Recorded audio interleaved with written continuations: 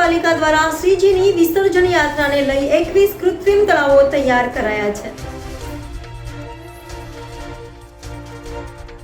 સુરતમાં શ્રીજીની વિસર્જન યાત્રાને લઈ કૃત્રિમ તળાવ બનાવવામાં આવે છે। સુરત મહાનગરપાલિકા દ્વારા 21 જેટલા કૃત્રિમ તળાવો તૈયાર કરાયા છે।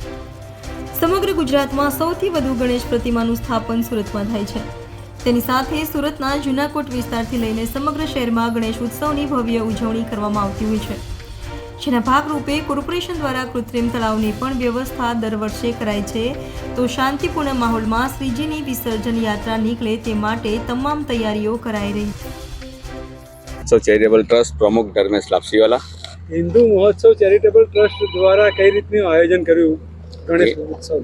હિન્દુ મહોત્સવ ચેરિટેબલ ટ્રસ્ટમાં સ્વયંસેવકો અમે જોડીએ છીએ દર વર્ષે, ના સભ્યો અમારા સાથે જોડાય છે।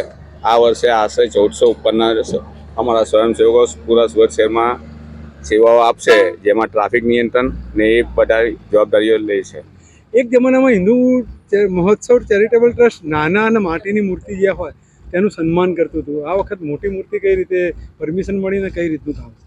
આપસીનો સવાલ બરાબર છે, પણ હિન્દુ મહોત્સવ ચેરિટેબલ ટ્રસ્ટે એવી કોઈ પરમિશન માંગી નથી। હિન્દુ મહોત્સવ ચેરિટેબલ ટ્રસ્ટનો એક જ એમ છે કે હિન્દુ ધર્મ ઉજવાય ને હિન્દુ ધર્મમાં દરેક ક્ષેત્રે નવયુવાન જોડાય। ધર્મના નામે કે એક સંગઠનના નામે લોકમાન્ય તિલકજીનો જે એક કોન્સેપ્ટ છે કે એક ગણપતિની પ્રતિમા લાવી સંગઠન બનાવીએ મોહલ્લા ગલીઓનું કે યુવાનોનું, કે યુવાનોને જોડવાનો એક પ્રયત્ન છે અમારો। ધાર્મિક લાગણી ના ડૂબાય તેના માટેના પ્રયત્નો છે। અત્યાર સુધી કેટલા ગણેશ ઉત્સવના મંડળો એક કર્યા? અત્યાર સુધીમાં અમારે એવું હતું કે ભાઈ જે કંઈક મંડળો હોય છે એ લોકો નવયુવાનોને આપણે જોડીએ છીએ, જોડવાના પ્રયત્ન કરીએ છીએ। જેટલા જોડાય તે પ્રમાણે આપણે એક યુનિટી બનશે। કેટલી મૂર્તિઓનો અત્યાર સુધી સ્થાપના થઈ છે સુરતમાં? આવતીકાલે કેટલી મૂર્તિઓનું વિસર્જન થશે?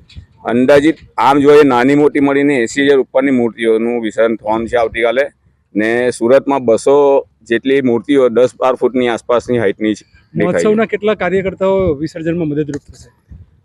મહોત્સવના કાર્યકર્તા વિસર્જનમાં મદદરૂપ નથી થવાના, એ ટ્રાફિક નિયંત્રણમાં મદદરૂપ થશે, જેની એક ઓળખ પોલીસ કમિશનર શ્રી અમને આપી છે, ને જેના માટે બનેલું શાંતિ અને સંયમથી જે કંઈક વિસર્જનની પ્રક્રિયા ઝડપથી પટે તેના માટેના પ્રયત્ન કરવાના છે।